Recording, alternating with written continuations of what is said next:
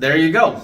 Episode 2 of The Last of Us Season 2 just aired, and if you haven't seen it, this is going to be a quick, spoiler thoughts on it, as I'm doing with every single week right now.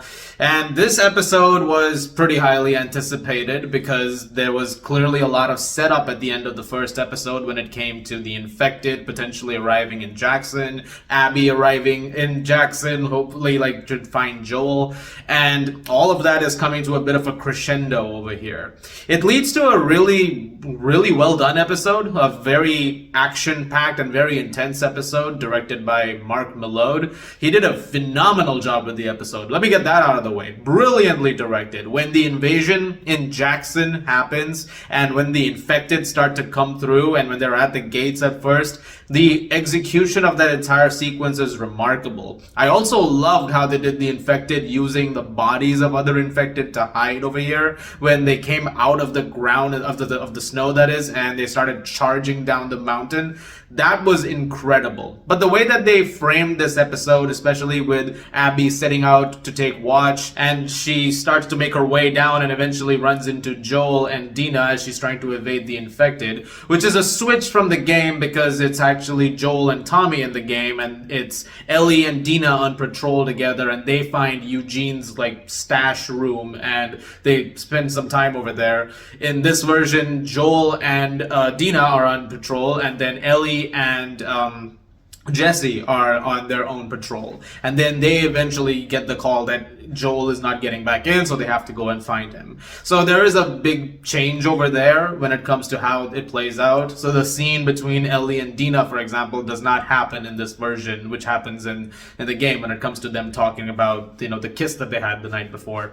So in that sense, there is a difference here. But I don't go to an adaptation of a show looking for a one-to-one. I want to see how they're going to take the story and what they're going to do with it. And what you get in this episode, like I already mentioned, is very intense. Once again, the infected start coming through and Jackson is overrun.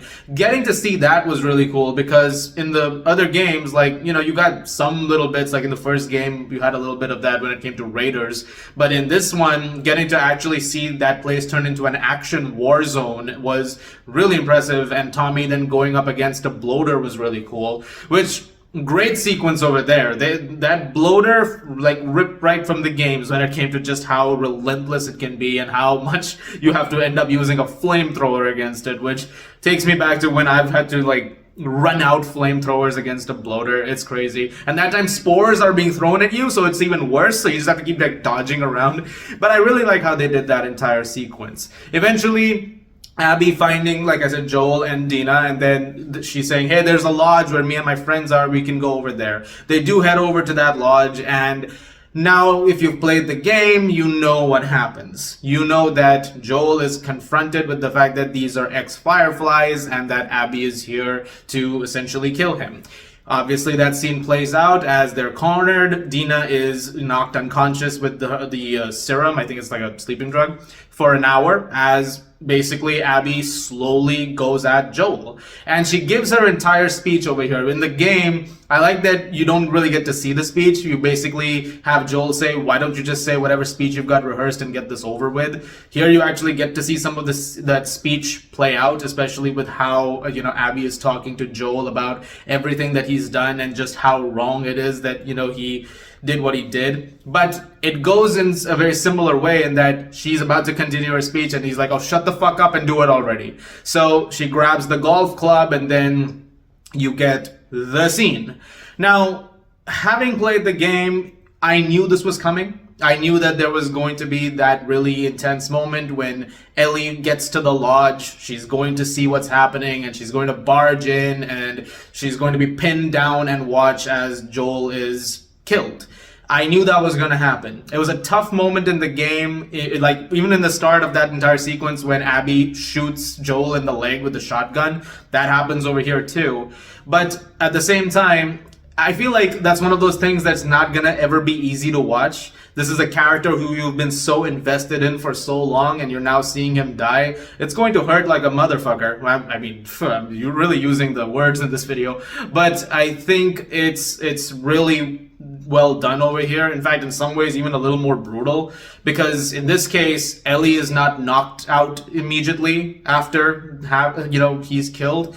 This time she's awake and watches the entire thing as the WLF and Abby leave. And Owen is holding back Manny after he's been slashed across the cheek, which, interesting dynamic change over there. I'm pretty sure it was the other guy who got slashed in the original thing. But anyway, so that was a very heart-wrenching scene. And then eventually Ellie crawling over to Joel as, he's lying there dead and she's like, holding onto his body.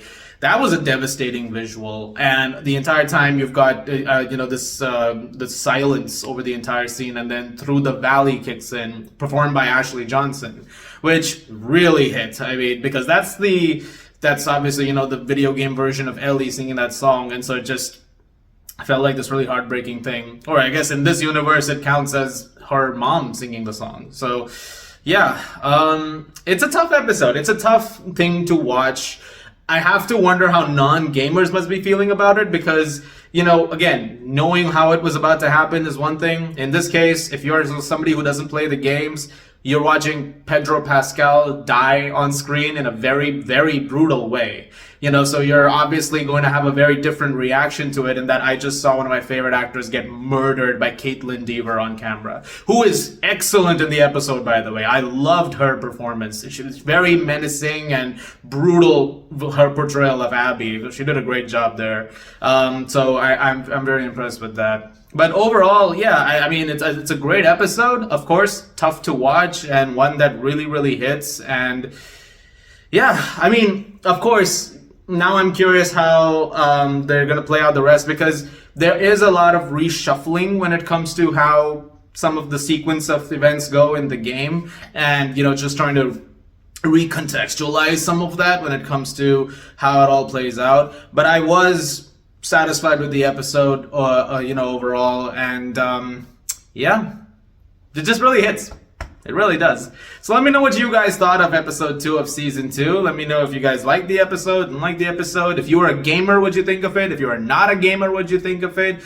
Let me know accordingly. I'm looking forward to seeing the rest of the season when Ellie is, I'm gonna guess she heads out on revenge because that's how the game goes. And I'm curious to see how that part of the story will play out. Guys, thank you very much as always for watching. Look forward to more videos very soon. As always, if you like this, please do subscribe. And remember, when you're lost in the darkness,